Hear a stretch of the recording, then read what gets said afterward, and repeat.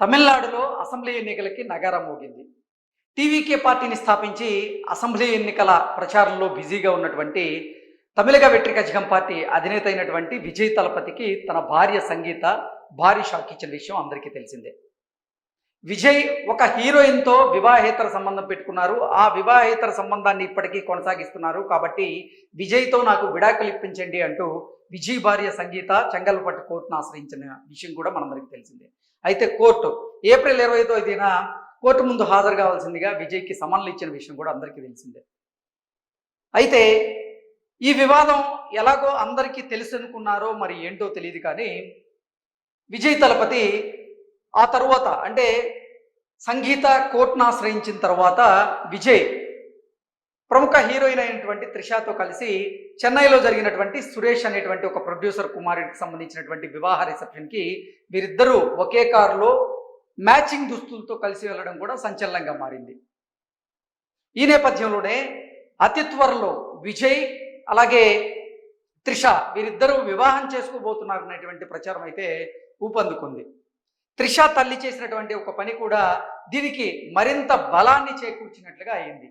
ఇంతకీ ఏం జరిగింది అనేది ఒకసారి మనం పూర్తి స్థాయిలో విశ్లేషణ కనుక చేసుకుంటే, విజయ్ తలపతికి చెందినటువంటి ఒక అభిమాని విజయ్ త్రిష వీరిద్దరి వివాహం జరిగినట్లుగా ఒక ఏఐ వీడియోని సృష్టించారు.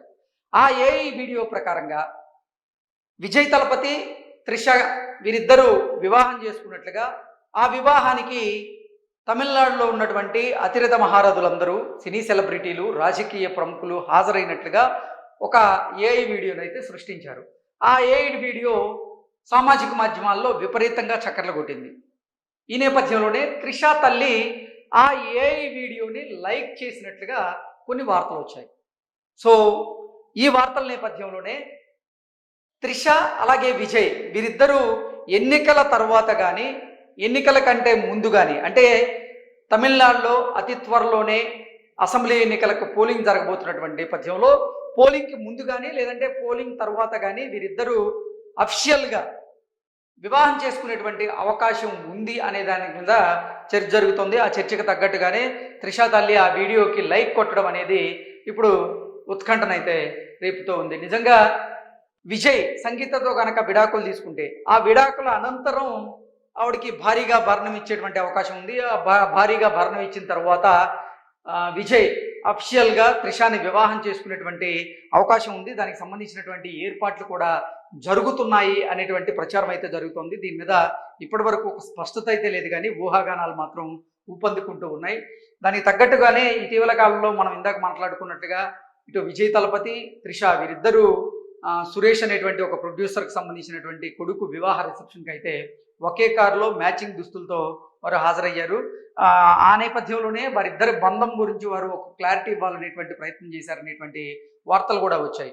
ఎందుకంటే తమిళనాడులో అసెంబ్లీ ఎన్నికలు జరుగుతున్న వేళ ఇప్పుడు టీవీకే పార్టీ సత్తా చాటబోతుంది అనేటువంటి వార్తలు నిన్న మొన్నటి వరకు చూసాం. ముఖ్యంగా చెన్నైలో టీవీకే పార్టీ సత్తా చాటబోతోంది, అత్యధిక స్థానాలను గెలిచేటువంటి అవకాశం ఉందనేటువంటి వాదనలు తెర మీదకి వచ్చిన నేపథ్యంలోనే అది రాజకీయంగానూ వ్యక్తిగతంగానూ విజయ్కి ప్రతికూల వాతావరణాన్ని క్రియేట్ చేయకూడదని భావించే విజయ్ వారిద్దరి బంధం మీద ఒక క్లారిటీ ఇవ్వాలనే ప్రయత్నం చేశాడు ఆ ఫంక్షన్ ద్వారా అంటూ రకరకాల వార్తలు అయితే వచ్చాయి. అయితే ఇప్పటి వరకు ఇటు త్రిష కానీ అటు విజయ్ కానీ వీరిద్దరికి సంబంధించినటువంటి రిలేషన్ మీద అయితే ఎక్కడా మాట్లాడినటువంటి దాఖలాలు లేవు. మొన్న ఈ మధ్య అంటే ఈ వివాదం తర్వాత త్రిష ఎయిర్పోర్ట్లో కనపడినటువంటి నేపథ్యంలో మీడియా వారు ఇటు విజయ్ త్రిష మీద వస్తున్నటువంటి రూమర్స్ ఏవైతే ఉన్నాయో, అంటే వార్తలు ఏవైతే ఉన్నాయో ఆ వార్తల మీద వారు త్రిషాని అడిగేటువంటి ప్రయత్నం చేయడం, అయితే త్రిష సున్నితంగా తిరస్కరించి ఆవిడ సైలెంట్గా వెళ్ళిపోయినటువంటి నేపథ్యంలోనే అంటే మౌనం అర్ధాంగీకారం అన్నట్లుగా వీరిద్దరి వివాహానికి సంకేతాలు ఇవే అంటూ చాలామంది అయితే ప్రచారం చేస్తున్నారు. మరి దీని మీద ఇటు విజయ్ టీం కానీ అటు త్రిష టీం కానీ స్పష్టత ఇచ్చేటువంటి అవకాశం ఉందా లేదనేది మనం వేచి చూడక తప్పదు. అయితే ఎన్నికల పోలింగ్ కంటే ముందు కానీ లేదంటే ఎన్నికల పోలింగ్ తరువాత కానీ అంటే సంగీతకి విడాకులు ఇచ్చిన తర్వాత విజయ్ త్రిషతో పెళ్లి పెట్టలేకపోతున్నారు అనేటువంటి ప్రచారం అయితే బలంగా జరుగుతుంది. Thank you so much.